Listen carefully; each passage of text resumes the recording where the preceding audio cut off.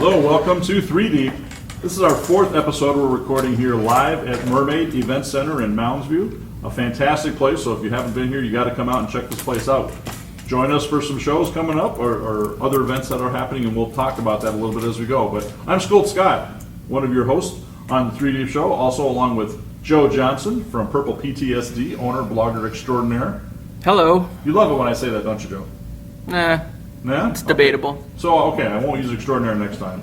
Also, we have Joe Oberle, our senior sports writer with Vikings Journal and a host of other websites. And have you worked for some papers too?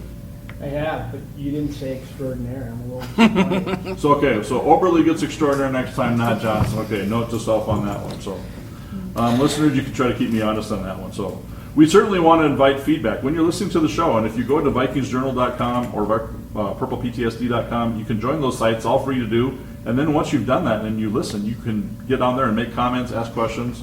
So, one of your homework assignments, I don't want to call it homework, but if you want to keep me honest on who I call extraordinary or not next time, or in the future, by all means. So, see who's listening carefully.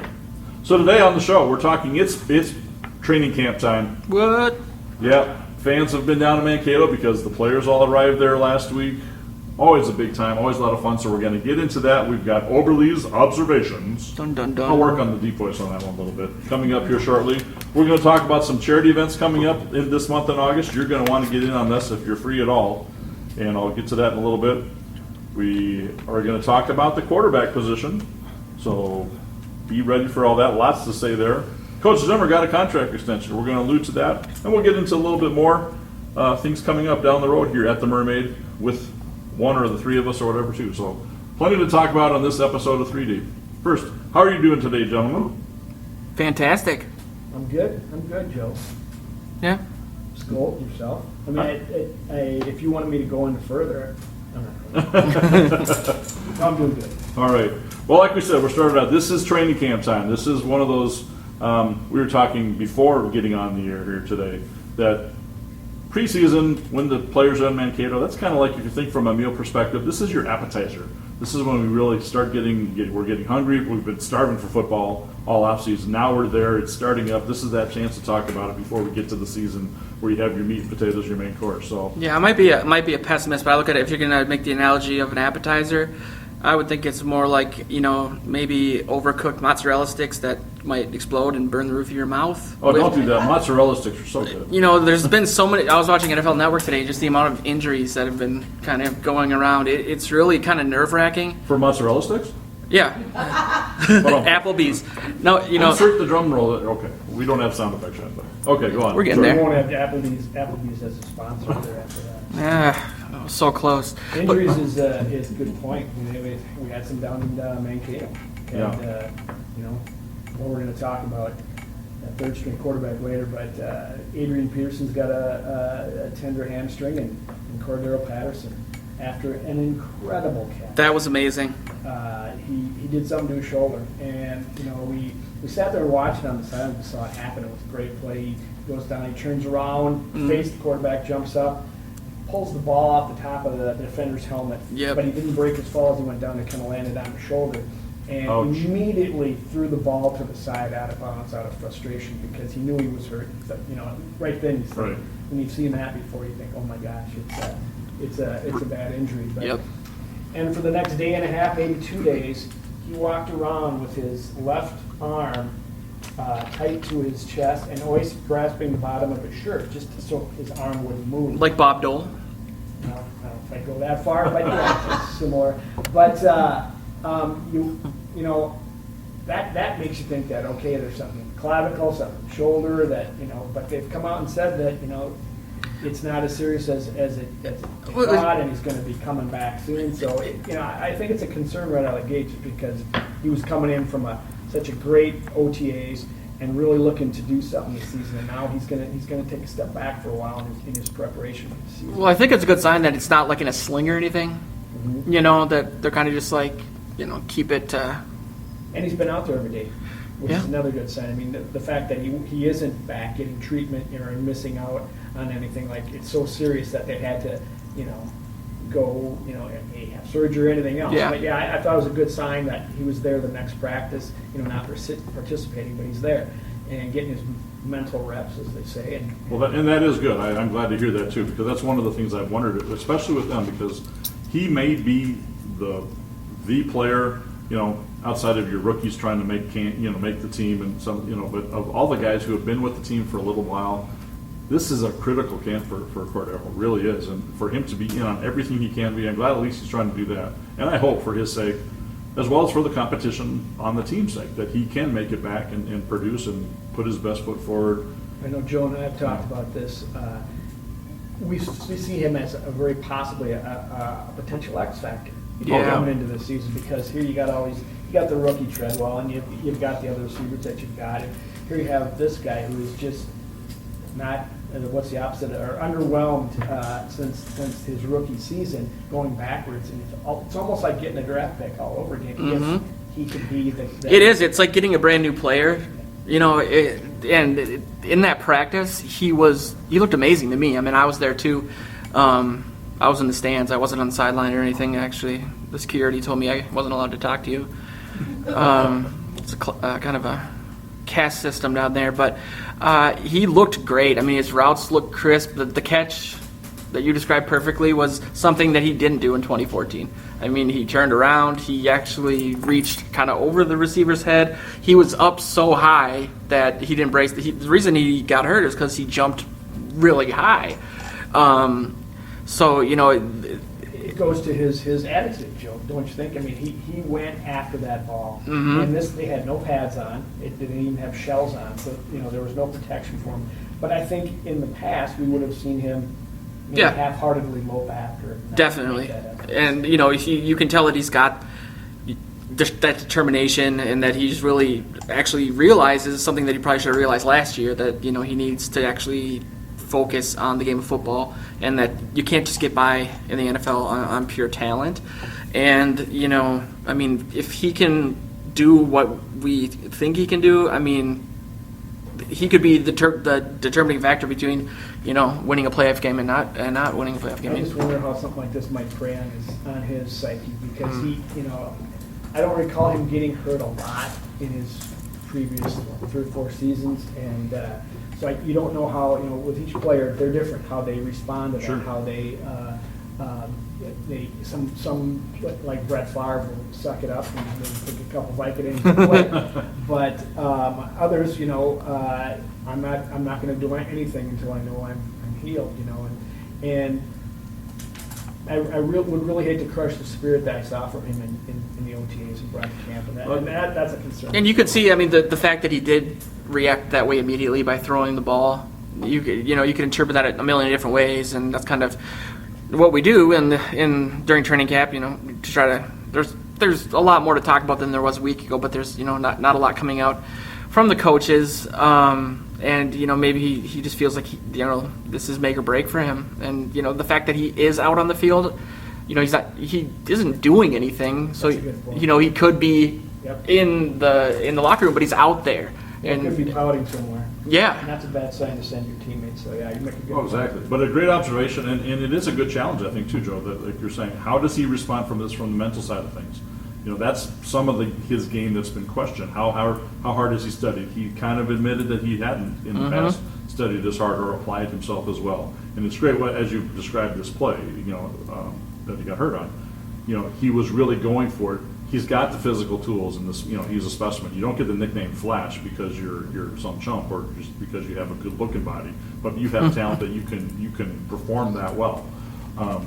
So that's a great thing. But the want to and the application of doing it, to leap over a defender, to be able to reach over their head, it's not a simple thing to do from a physical standpoint, as well as you're thinking and working that through mentally all at the same time in an extreme millisecond of time to make that happen. And it's really interesting to see that this team seems to have, I mean, like you said, they're not wearing any pads, not even wearing any shells, but they're trying so hard and working so hard that there's been a couple fights, which Zimmer claimed to like or not mind as long as it isn't during the season. But the fact that they're that geared up when they're basically doing a glorified walkthrough is kind of telling as where this team is at. That was a padded practice. Though. Was it? Yeah, it was yesterday's afternoon practice. That was cut short by rain, and I heard Alex Boone say that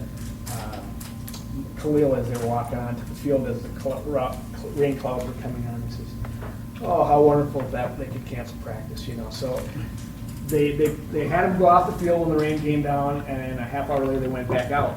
And so it might have been a little testy that they had to go back out to practice. Could have, yeah.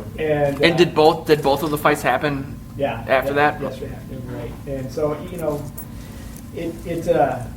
I think those are great media things and great fan things because you like to see that your players are engaged and they're working to get a job. Yeah. Oh, for sure. So especially in a case like Emmanuel Lemur, who's come in as a free agent and he wants to get some time at linebacker, so he's going to hit somebody. And Asiata's been around a while, so there's a little friction. They almost have one every camp, it seems like. You usually hear about at least one or two every year, kind of thing. Yeah, I just am I amazed. want to hear about the Laquon. Did he have like a body slam? I heard that the description I heard on KFan this morning was that he lifted him by the waist and right thigh 4.5 feet off the ground and then slammed him on the ground. Right? Was Jabari Price. That's impressive, but also kind of astounding. Price isn't a huge dude. Laquon's, I think, big enough to do that. So yeah, had it been somebody bigger, thicker, that would have been. But But we were talking to Price on check-in day, and he was doing a little interview, and they were talking about being able to go hit, and he mentioned that he goes, I haven't hit anybody since November. Wow. I want to hit somebody in the worst way, because we were saying how they don't hit as much with the CB as much. Right. And here's somebody that wanted to, so it doesn't surprise me to hear that it was Price that maybe set off a rookie. Yeah. And Laquon, what I've noticed in him, he is a serious individual. He is serious about his craft. He's serious about the work he has to do, and he's not. God, you've got to compare him to all sweetness and light when he's doing an interview either. I don't know how. Don't think he likes it that much, but he does seem kind of forlorn a lot. The initial reaction I had when we drafted him was like a Ricky Rubio situation where he just didn't seem like he wanted anything to do with Minnesota. But he's kind of been that way. I saw him at the Friday Football Feast 2 days later. He was exactly the same way. He's, I think he missed a year or part of a year with his injury, and I think he wants to. He might even have a chip on his shoulder that he didn't go higher. Maybe he thought I would have nothing against that, based on how Randy Moss had a chip on his shoulder. Yeah, if Laquon wants to carry that same Randy Moss chip and perform that way, go for it, Laquon. I'll take it. Yeah, and didn't Laquon tell us at OTAs that I'm a physical player? So. Yeah, he proved it. Yes, he did. Well, I met him the one time at the autograph signing he did earlier in the year at AME Sports over in Rosedale area. And I was impressed with his size as a receiver. Some receivers can be fairly slight. They're not. Yeah, Diggs is a little guy. Laquon, I was impressed. He's I think can go out there. He can compete with other DBs out there, whether they're bigger, smaller, tougher. I think he can. Whether it's a jump ball fight for the ball type of thing, or powering through a couple situations. I think he'll hold his own there. I got to be honest. I held a live chat during the draft. And the first thing that I said was anybody but Treadwell. And as it was like, slowly playing out like. That's what I said about Trump. Yeah. This is not a political show. So, it was just kind of amazing to slowly see that happen. It was like watching a car accident in slow motion. The reason I didn't want him, and he's proven me completely wrong on this, is that I looked at, and I'm not a measurables guy. I actually hate that word, but it seemed like a lot of the measurables that were based on things that you would do off the field, bench press, stuff, things like that. He scored really poorly. And, when I look at my dad, who's in the room right now, who's a Big Ten guy who hates the SEC more than anything in the world. I mean, Hitler or the SEC, which one did you get rid of if you could go back in time? SEC. And, I look at players like Jamarcus Russell, a lot of SEC players come out and they're the type of guy that has coasted by on talent, like Patterson has. And I just felt like, looking at that, it's like this guy just has gotten by because he's talented. You were wrong. I think I'm wrong now. Yeah, I definitely do. I think that, he's doing everything right and, staying after late. First guy to practice the other day. Yeah, he's not the first guy every day. I noticed that because he said that when people were asking him about it. And he said, yeah, I'm the first guy in, the last guy out. And he does spend a lot of time after working on the jugs machine. But so I was kind of checking in on it. Yes, hasn't been to every practice first, but he has several times, so that's good for him. That's got to be kind of tough because there always are a few of those guys who want to be that first in, last out. So if you got 3 or 4 of them, though, how do they compete with each other? Because someone's got to be last, someone's got to be first. So it's like, who's really racing in, who's really hanging out. I think as far as the jug machine and Laquon staying after practice, I think that's also an easy way for him to dodge the media, because we start thinning out after a while. We got to go publish our stories, and you can't wait for forever to talk to Treadwell. So I think he's learned that. He's a savvy rookie. How do you think he's done so far? Just I haven't talked to him at camp yet, and I've stuck a tape recorder in a little bit. But are you talking about as far as play? Not your friendship with him. Oh yeah, because it hasn't gone. Our friendship hasn't gone off the roses. Unreturned texts. Exactly. Tell him Skolt said hi when you do talk to him. I will do that. He has to remember. You got that restraining order. No, just I was only there for that one day, and it did seem like he was really quick. Like they said, doesn't have that top end speed, but was the fastest receiver in the draft from the 0 to 10 yards, and it did seem like most of what I saw was the receivers just running sprints right in front of the tented area or whatever. But my impression that he looks a lot more confident out there. He had the OTAs where he was doing a lot of learning, figuring out the routes and everything he has had to do, and maybe that's one reason why he looks better running them, because he's confident in them, and he doesn't have to think. It's more reaction. I get this call, I'm going here, and he's caught virtually everything that they've thrown at him. That's good. And he's made some acrobatic plays as well to underthrown passes. I don't know who threw those, but it's to answer your question, I thought he's looked good. do you think he's gonna start? No. At this point, certainly not. He will start in a preseason game, but I don't think he'll start at the beginning of the year. I'm really, really thinking that Charles Johnson and Diggs will get the start, and they haven't even worked him in that much with the number ones yet. So okay, it's got to take a while, and they've got these guys ahead of them that do know the system, they do know the offense and everywhere they're supposed to be. So, and you may not want to hear this, but they're going to make room for Thielen. He has gotten a lot of run with the first team. Multiple offensive sets. And now with Patterson out, he's getting even more. And that may be an opportunity for Treadwell down the road if this is a longer injury than we know on Patterson. So yeah, and to give some context to you saying you may not want to hear this off the air, we were having a discussion about if there's going to be 6 receivers on the team, who's going to get cut or sent to the practice squad. It seems like the consensus for everybody outside of me is that Boehringer is going to end up on the practice squad. I don't personally think there's any chance in hell he's going to clear waivers. You don't think so? No. Well, people will see him in the preseason game, so we'll get somewhat of an idea of what he has. But they're not going to get a really good look at him. And if he's not on the roster and getting in real games,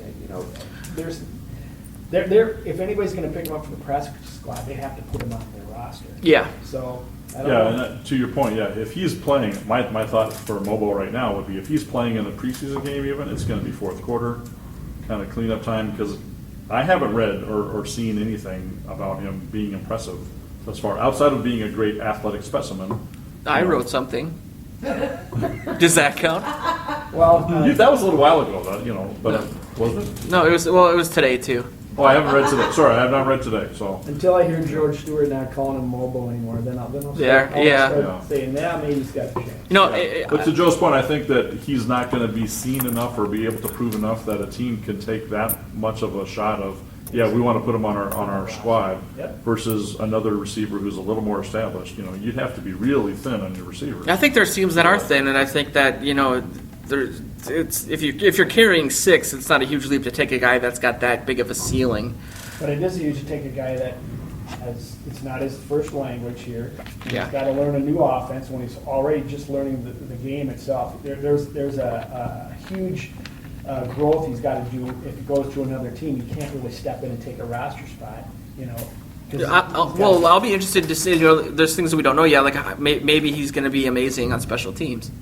Yeah. He's huge. He looks like Kyle Rudolph, and he runs like Charles Johnson, to me. He looks a little janky in his routes. Like he's I've really surprised a couple of cornerbacks. But Yeah. and he's got hands. I'm looking through the lens of obviously wanting this guy to make the team and just take the league over. I think he's honestly once in a generation talented. Like I don't know. I just think that they drafted him for a reason, and that you have to look at the upside. I mean, how often? Thielen is really good on special teams.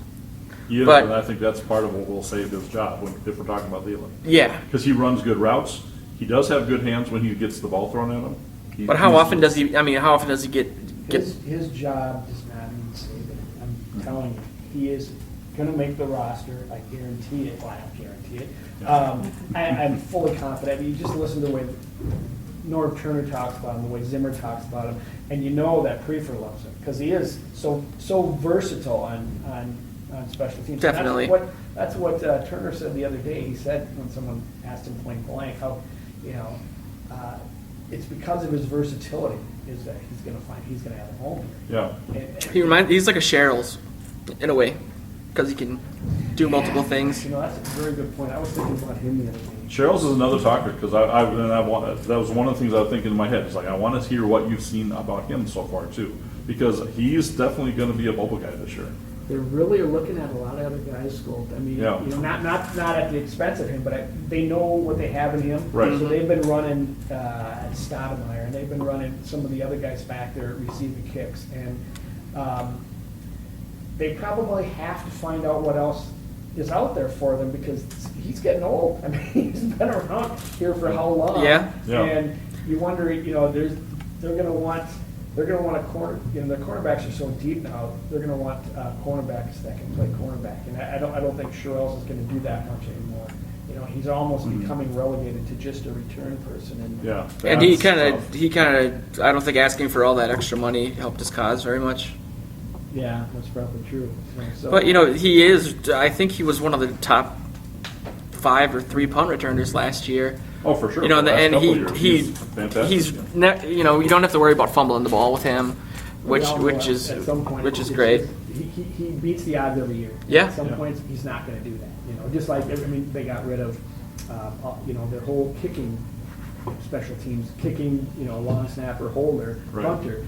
And you eventually have to replace him as they get older, and sometime the numbers are going to be up for him. I don't know if it's this year. I haven't seen enough. Well, yeah. Has he been doing much playing on the DB side, the quarterback? I've seen him in second and third string on the field for that. So yeah, he's getting some run there. I think he is probably the best cover corner that we have on the team, but he's just too small.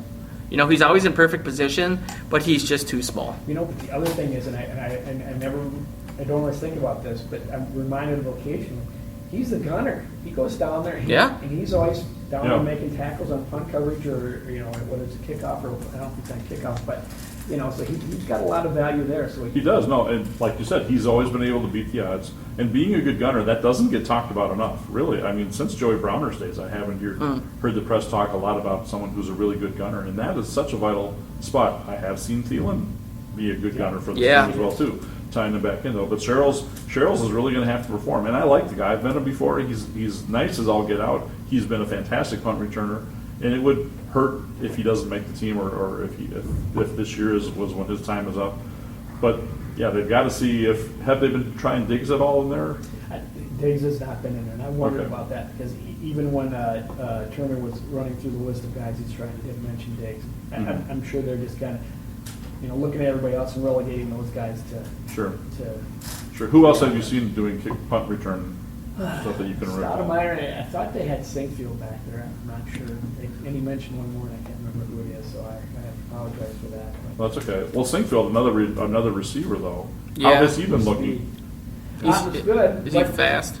He's fast. I have not seen him break it open yet. I've been kind of waiting because we have talked in the past about how fast he is. Yeah, the supposed 4.1940. Yeah, You know, but I'm looking for that. But that tier of the receivers, it's crowded. There's plenty of guys there that they have to go through. And we have, how do you say the guy from the Gophers? Frechette? Is Frechette or? Oh, Frichty. Frichty, thank you.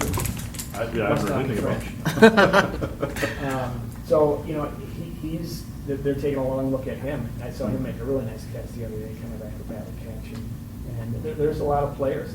That's why I'm saying, and some of those guys have been on the practice squad before, Joe. Yeah. So those are the guys that Bobo's got to beat out, just to get on the practice squad. To tie that, I don't know what I'm saying. Tie a ribbon on that? Yeah, put a ribbon on it. My conscious mind, my rational mind knows that yeah, you're right. Thielen's going to make the team. They're going to try to put Mobo on the practice squad. It's just like the little kid in me that angrily disagrees. I just look at his potential, and I think that, if they, even in the preseason, if they throw him a couple of bubble screens, he's going to basically light it up. I think he's going to get a lot more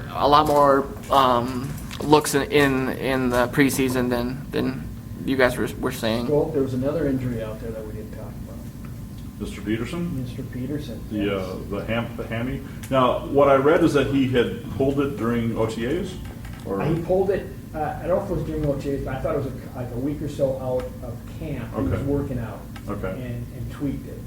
And, I haven't heard it called pulled as much as I heard it tweaked. My term, yeah. Tweak is Yeah, what I've heard but- as well. So but which, exactly. I mean, but we're reading tea leaves here, whatever they tell you. So it's the same thing.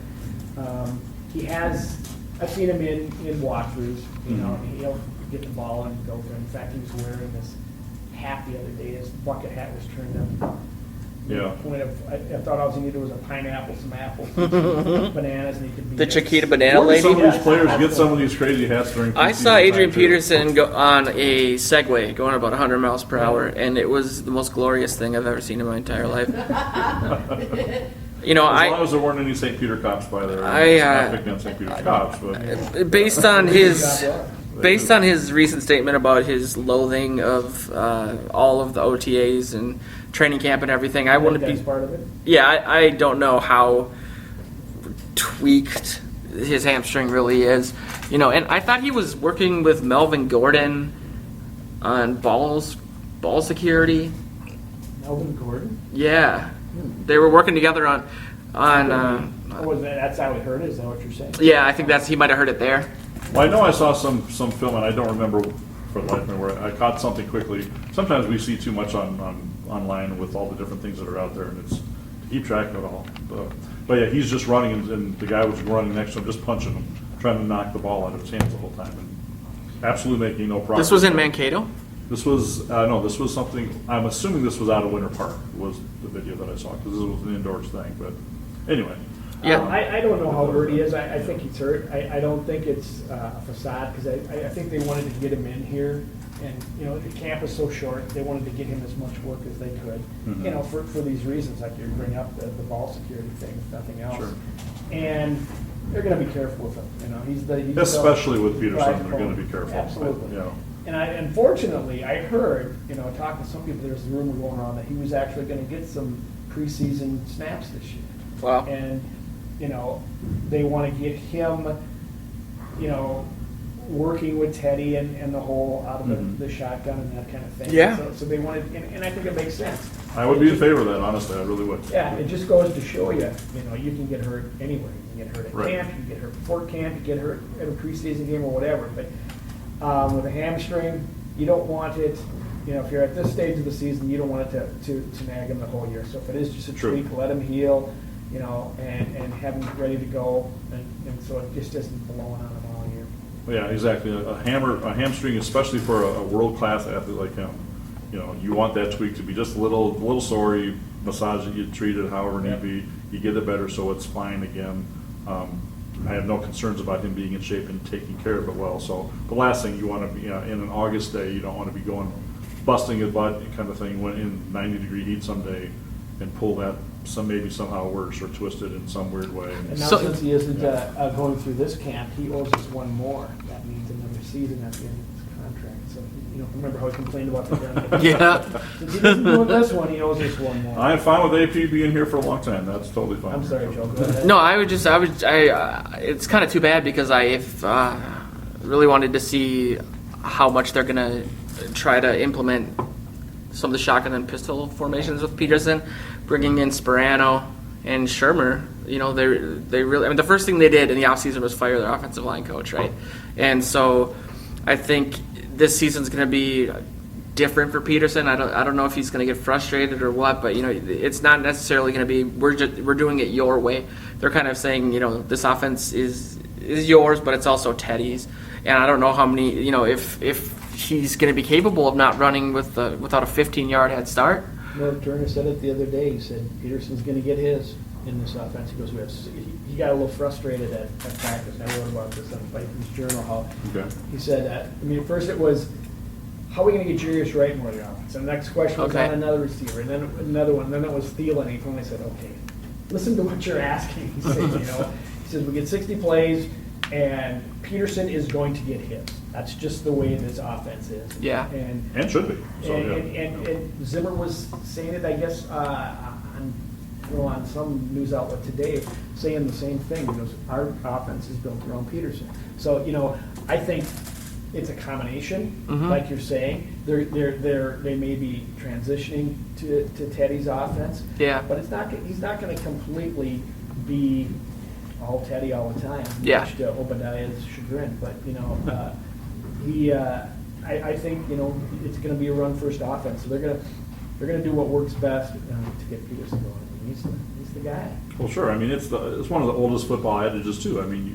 You have a super strong defense, but you establish the run game, and if you do that fine, you do well. I can remember one of my better Viking memories going back to the 1980s, and hopefully we'll have this running back Ted Brown on. I remember a game against Green Bay where Kramer was at quarterback, but we just established the run game. It was kind of not a wet field, but it wasn't the superest conditions, but the Vikings were running the ball good, and they just kept feeding it to Brown. He kept pounding the line, and a few other guys. It was a close battle, and we won with time of possession and with the super run game, and just beat them down. And when you can do that, you don't have to throw the ball at all. I know most NFL fans are like, "How boring a game is that?" But if you can, fortunately, Joe grew up in the Randy Moss. Yeah, I'm. Essentially looking for like a video game-esque offense. No, really, I like ground and pound football. My concern is AP isn't out there. When you saw him in the 49ers game, he literally did not know what to do during some of the plays. Yeah. And granted, he's had a year to acclimate to it, but I think the more time that he and Teddy can work together, they brought in two former head coaches essentially to make sure that they can get Peterson and Teddy to work together to find a balance that, Teddy throws best out of the shotgun, and a lot of that has to do with the fact that our line was terrible last year, and he got pressured on like 49% of his dropbacks, and Peterson plays best when he is in the I formation. So I just, think the more Peterson can actually be out there, the better. Agreed. I think that's why they're running him in the walkthroughs, walking him in the walkthroughs, just to get that familiarization up. Sure. And padded practices also. Okay, yeah, I wasn't sure if he was actually walking through or just standing there on his Segway. Standing on the Segway. Okay, anyway. With that segue, hey. Now this doesn't necessarily tie in totally, but a little spot that we're going to have here that we'll refer to for now is the charity corner. We certainly want to bring up, there's plenty of charitable causes and things like that go on. Not that we can certainly ever cover all of them, but when it happens in our Viking world, and when some of these are bigger, we want to be able to bring those out. And in August, on the 11th and 12th, Tommy Kramer, great Viking quarterback, is going to be back in town. And he's got two things going on, and the purpose of this is to fight cancer. One of Tommy's daughters suffered from a form of lymphoma. I don't have all the details on that, but so he's always wanted to take this on. He has hosted a charity golf tournament, and that's going to be on August the 12th at Mississippi Dune Golf Links in Cottage Grove. It's going to happen all day that day. It starts off at 10:30. You can go online and register for that and get involved now. You can play golf with Tommy and the pros, and there's usually other former Vikings that come out for this. I don't have the list, but this is something I've been a part of this will be my 4th year in a row going to that. It's a great event, great day. We have a lot of fun. You get to hang and talk to these people for a little bit too. Sometimes, depending on how shy you are or not, but you can go and chat and actually get a little conversation. So it's a great time when you can do that. Not when they're swinging their golf clubs, mind you, but there's plenty of time to hang around. We have a great day with it. The last couple of years has been a little chit-chat like, it'd be great to have like a night playing some poker. So this year, on Thursday the 11th, we're going to be playing poker. So there's going to be a Texas Hold'em poker also going on at Mississippi Dune Golf Links the night before 7 o'clock that night. So again, this is another thing you can join in. Both of these causes are to fight cancer. So you can come play poker with the pros. And hey, guess who one of your purple dealers is going to be? Yeah, yours truly, Sir Skolt here. I do some Texas Hold'em poker dealing and playing. You deal with the shield and the sword in your hand.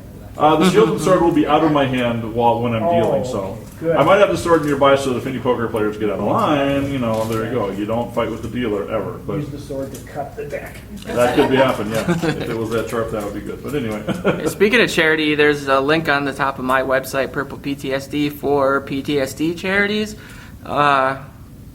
Thought I'd throw that out there. Sure. No, people, I sometimes get negative feedback because people think I'm making light of a serious situation, whereas I'm more playing off of my own personal situation and going with the laughter is the best medicine after actual medicine route.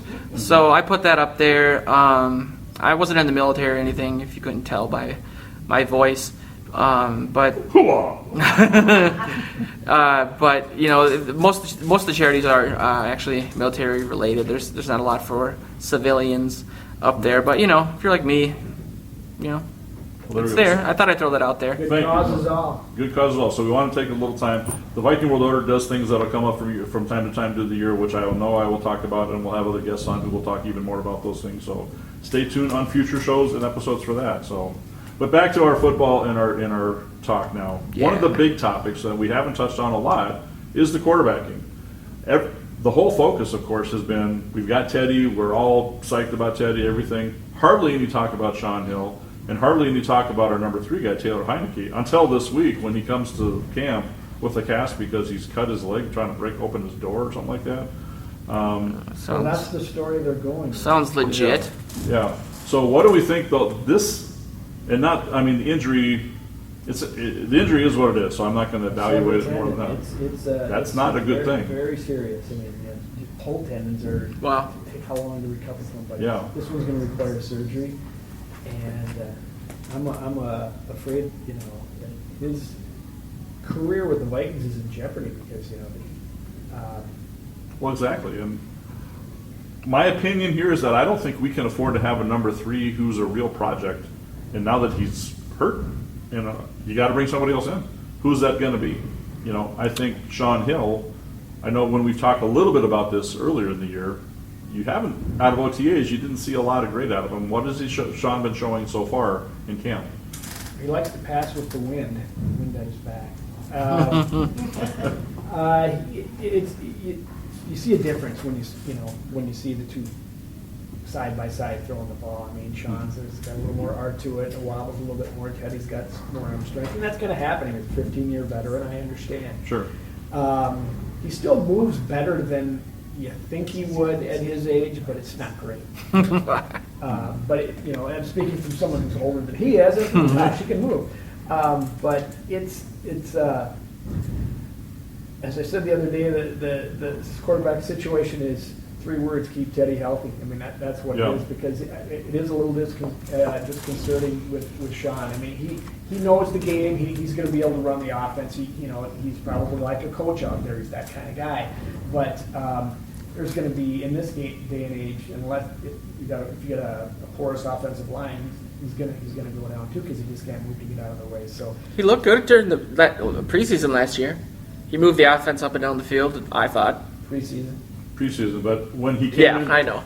he came in the Rams game. It was like, what? Teddy got, Yes. and I don't want to talk about the Greg Williams factor in there, but I digress. I don't want to distract us. It's true. He struggled. But he came in the Rams game last year, a home game, and he struggled poorly. And yeah, our offense stalled like someone slamming on the brakes. Zimmer said something about him that I thought was interesting. He said he at one point, I don't know what game it was, but he came off the sidelines and he said to him, "Do you want me to throw it away here, or do you want me to run for or kill the clock or whatever?" And there was a couple things Zimmer hadn't thought about, for the next play, and he said, "I even can learn from someone like that." Yeah, sure. So I mean, he's got the head for the game, and that's a great thing to have. That is, no, very true. But I guess I think the Taylor Heinicke situation is really his situation is precarious, and it's really put the quarterback situation. Weren't they looking at that Wisconsin quarterback during, I don't know if it was the Joel Stave? Yeah. Well, he's out there. Yeah, he's there on the at roster. camp. Oh, he is? Yeah. Okay. What have you seen out of him so far? Was that audible? That was. Okay, so is there any other quarterbacks in camp? Nick Foles? We'll get to that. First on Stave, he's got to work to go. I mean, I don't think he would have made the team if Heinicke doesn't hurt himself, and because they've always been enamored with Heinicke's strong arm, and something that you can develop into a decent quarterback. And I don't know. I got to see more out of Stave. He's had a lot of overthrows, a lot of underthrows. He's been an impetus behind some nice catches by receivers. They aren't on target, but and he doesn't have a strong enough arm as Teddy, So I just remember seeing him slap his hands in disgust for a number of times because he missed a throw. But I'm not. I don't want to dump on him, but I don't think he's the answer. Sure. And I don't think Nick Foles is either. No, I don't either. He'd be nice, but he's not going to come here. No, it doesn't make any sense. I was a little surprised when he, got his release and he's free, and that the first couple teams that pop up, they had us mentioned right away. Although I can see from the press side of it where they can think, yeah, the Vikings can use some better backups kind of thing. So is he going to be the guy? There is a really big disconnect between the local fan base, the local media, and then the national media. Oh, I think, the national media looks at this year for Teddy as make or break, and that will definitely be drafting a quarterback next year if he ends up, anywhere near 13 touchdowns and 10 interceptions.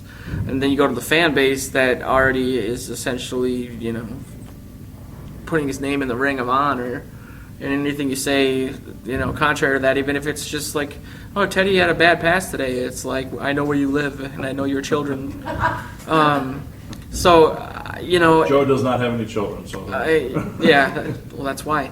That's the PTSD. It's almost scary to think of like what if Teddy goes down, then it's only a matter of time before Sean Hill goes down. I mean, it's not unrealistic for us to be looking at the third string quarterback this season, really. Well, if you look at the timeline, what I've been able to piece together is that this happened either a week and a half or 2 weeks out before training camp to Heinicke. Okay. And he called Zimmer right after he did it and let him know. Sure. And shortly after Foles gets let go, it's still around this time, and then these reports come out that the Vikings were one of the 3 teams interested. It seems reasonable that the Vikings hear that, they put in a call and see what if he has any interest, of course. But you got the starting factor. Foles was leaving the left Rams because he wants to start. He's not going to get told here he's not going to be competing for the starting job. He'd be a backup quarterback. So he's going to sit around and wait until somebody gets injured, and then come in when they need him, he can get the max amount of money. And so I think it's reasonable that the Vikings were interested. Sure. And the other thing too was when they asked Zimmer the question, he said, about looking for bringing in another quarterback. He says, he kind of hemmed and hawed. He goes, yeah, well, maybe not yet, but yeah, maybe not now, And so obviously he's thinking about it. Obviously they're having discussions about whether or not they need somebody else. So Yeah, and I would hope so, because you can't, as poised as this team is to have a really great year, you can't have every egg in the basket of Teddy. And again, I love Teddy. I want him to go all 16 games and perfectly healthy, all that kind of stuff, and have a fantastic year. But you've got to have that backup in play, just like we've got to have it. And we've tried to boost up on the offensive line, to have deeper depth than we had last year and in other positions. If your number one goes down, and most quarterbacks get hurt during the season, hardly anybody plays 16 games. You got to have someone who can step in and not miss too many step in weeks. and run the offense, but until he gets run over. Yeah. Right. I mean, how would you, Joe, interpret that? Like, with Zimmer and Foles, do you think that's kind of putting some heat on Teddy's back for, there's a little bit of competition? Let's say if they brought, or was it solely just to bring in a backup? They, like Skolt said, they need somebody. They need another. I don't think they think Stave is the answer. Stave. They like Favre. Yeah. I've seen his name like Favre for some reason. Anyway. Yeah, I didn't know how to pronounce it either. That's why I just said Wisconsin quarterback. If anything, he's on the practice squad with Mobile, and he's, they can develop him if they see there's something there, but he's not going to be their backup unless the other two go down, and he won't make the team if they bring in somebody else. I know they're looking, but there's really not that much out there. Yeah. What are you going to find? I mean, so they probably have Fitzgerald. had talks with Foles, and if Foles is not going to back off the challenge for a starting position, then he's not going to do anything until, okay, Teddy goes down, now come and talk. Sure. You'll probably have, like you said, his agent playing the games Yes. and seeing what all goes on. So. Unless if there's any other quarterbacks who are now not on a team but would be available, guys out of interest, not including Jeff George. I'm sure he is, but he's as old as us, so. But Still got the arm probably. probably does. That man had a cannon of an arm. But I'd go for Favre at this point. he's getting inducted into the Hall of Fame. They'll say, because everything, oh no, as the Vikings are, they got the pieces in place. That would be interesting. Well, we're going to take another little sponsor spot here because we want to encourage, if you have people who have a business that would like to advertise on 3D, this would be kind of a time where I'd be talking about your business right now and promoting it. Like Skolt Your Home, we have our good friend Nick, who is signing up to be one of our sponsors. We'll have more deal stuff with him coming. He's a realtor that he's going to be sponsoring 3D, but help him bring this show to you, because the show doesn't come for free. There's costs that are involved, and so we have to get those things taken care of, and we need more. So we have a few other people in the pipeline that are coming on, but if you want me to be talking and promoting your business right here, right now, making great things about it to your the Viking fan base who want to hear about that, check it out, and you can certainly be in touch with us. Joe Johnson or let Skolt or myself know, and we'll get some information to you and work that all out. So think about that. Now, another bit of news that came up, it's about a week ago now, but we haven't had a chance to talk about it. Coach Zimmer gets the contract extension. So, and the talk is that we've got this all done, we're happy with them, we want to get this done before season, and so it's not any kind of interruption or distraction. I'm not sure how much of a distraction it is when he was signed through 2017. So what's kind of the thoughts about this? Two ways of thinking about this. Is this too early, or is this right? What's your take on that whole thing? I think it's essentially, he's getting more money, but it's essentially meaningless. I mean, Brad Childress got a contract extension and then got fired like 2 weeks later, hyperbolically. It's just a way to reward him. I think he is a top 5 coach in the league, personally. I think it was the right move. You want to make him happy, you want to make him feel comfortable. Sure. And with the new stadium, relatively young team that he's essentially got. Spielman obviously is the general manager, but obviously the head coach has a lot of input into the players, and we're probably, I'd say, this is the stupidest thing ever, but year 3 in a 5-year plan of building a really great team. And I think that last season we were kind of ahead of the curve. People didn't expect us to go 11-5 and win the division. But if you look at what he's been able to do in this short amount of time, why not lock him down? Yes, I agree. It's hard to go too deep or 3 deep analytically on this because we don't know the numbers yet. Yeah, it would be nice to hear that, but anyway. And then I would say, I guess I would say, oh, well, that might, blah, blah, blah, what it is, then you can analyze it. But I'm very happy because I want this guy around. I think he does know what he's doing. I think he's got the players on board with his system. He's got, we haven't seen him in just the one playoff game, and we have, there have been some questions about his time management, clock management, but he's a young coach and has to learn that. So in that regard, maybe it's soon to, do it if it's a 10-year contract. I don't know, which of course it's not, but I think he deserves more money because he turned this team around very quickly. I think it's poised to be good for a few years going forward, and let the guy work, plan his work and work his plan and Sure. go forward with it. Sure. In kind of just more the general generic way, on that side of the coin, if I can be devil's advocate for a second, being that he was signed through the 2017, why not wait till after 2016 and see what happened all there in that kind of a thing to know then going into the next season that's where to me it becomes a distraction. So I don't know how big of a distraction it really could be this year. My thoughts there. It did just seem like random. I wonder, because It just came out of nowhere. Like, so. I happened to be standing next to him as Thielen was up there announcing it, and we were all sitting with the media. He was waiting to go on, and I told him, I said, "Are you going to ask Thielen some questions?" I just might. And so it was odd. We didn't even know what was coming. Sure. The media were standing there, and so. But gosh, I had a thought and I lost it.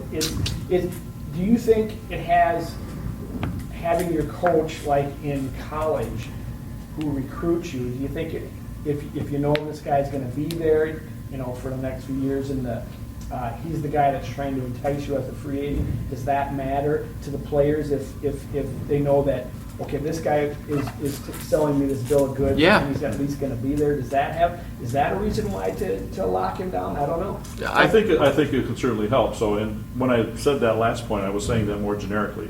What I think personally about Zimmer and in this specific situation, him as coach with this team, I think fantastic move. I totally applaud, the Wilfs and Spielman for getting this done now. What a statement to the team and fans too, because certainly everybody seems to love him a lot. But if he goes out and goes 2-12, that's going to change fast. But that's not going to happen either. He's, as you mentioned, he's turned this team around. He's got this team shaping in his mold, playing strong defense, improving on offense, and the players, you can tell, are buying into this and they're on board. So I think fantastic move in this case. Like Joe said, I just want to know how many years. It's a really good point though. Like, think about all the fifth-year options we just picked up, and how many players, how many first-round picks we had in multiple drafts. Sure. Letting those people know that this is going to be the way it is for a while. I think it'll help perhaps sign those players and maybe create some sort of Belichick-esque culture where, hey, I don't need to necessarily make a lot of money or go for a max deal or beat out Ndamukong Suh.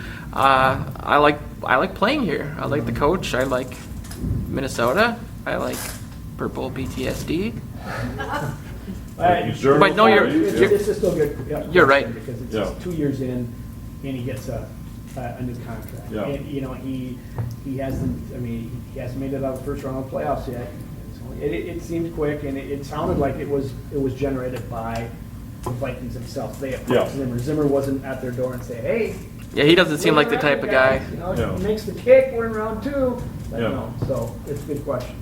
Yeah, no, just interesting. Like Joe Johnson said. I mean, it just kind of came out from out of the blue, and Yeah, didn't have any idea that this was something being talked about or considered. Versus, you know that when you got a player in his last year of his option and some of those things and how they're going to deal with Yeah, all you that. know, the stability looks good. I mean, the players don't want to keep learning new offenses and, you know, have a Chip Kelly situation. You know, I think stability is a good thing. Definitely. Well, part of our stability with 3 Deep is that, as we've said a few times, we're here recording at the Mermaid. This is where things all take place. And I can also now announce this. Some of you who have known me for years know that I have, during the Viking season, I've hosted road viewing events.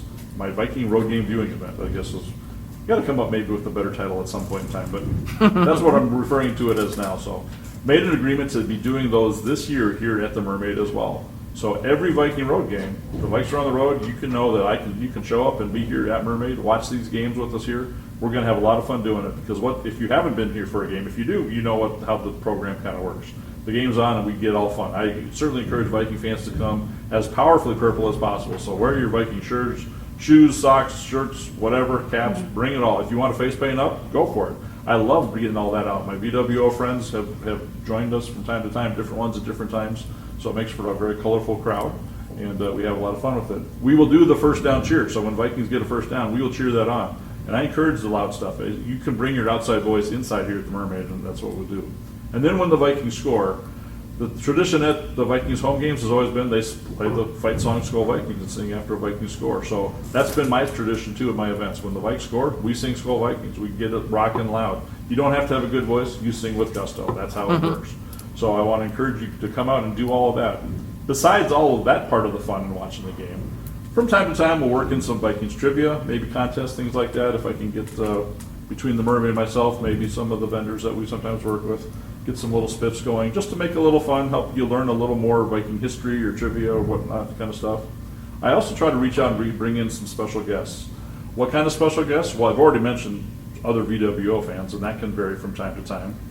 Almost every year I've been able to get some Viking cheerleaders to come out and join us, and they'll sell their calendars, and they'll come and kind of spice up the crowd a little bit for a game or two a year, as well as former Viking players. I've had the very good privilege of getting to know Chuck Foreman, Carl Eller, have become friends with these guys. They've come out at least once, almost once a year. Can I come? It's a little bit, yes, you can come, Joe. Both Joes can, even though I know Oberle wants to do his writing, but you can. Anybody can come. Viking fans can come and join us. So we have a lot of fun with that. What are the players I can get over the years? Sean Salisbury's popped in once. Teddy Brown's been here a couple times. Leo Lewis has shown up. Stu Voigt, Dave Osborne, and I know I'm forgetting people here, and I'm sorry who I'm forgetting. I mentioned Eller. Yeah, it really does. Because when they can come out and sometimes talk about the game, I have learned almost more about football sitting next to Carl Eller, Teddy Brown, hearing them analyze a game, or hearing them talk at halftime. What are we, chopped liver? You guys aren't former pro players. I'm kidding. So you're an extraordinary writer.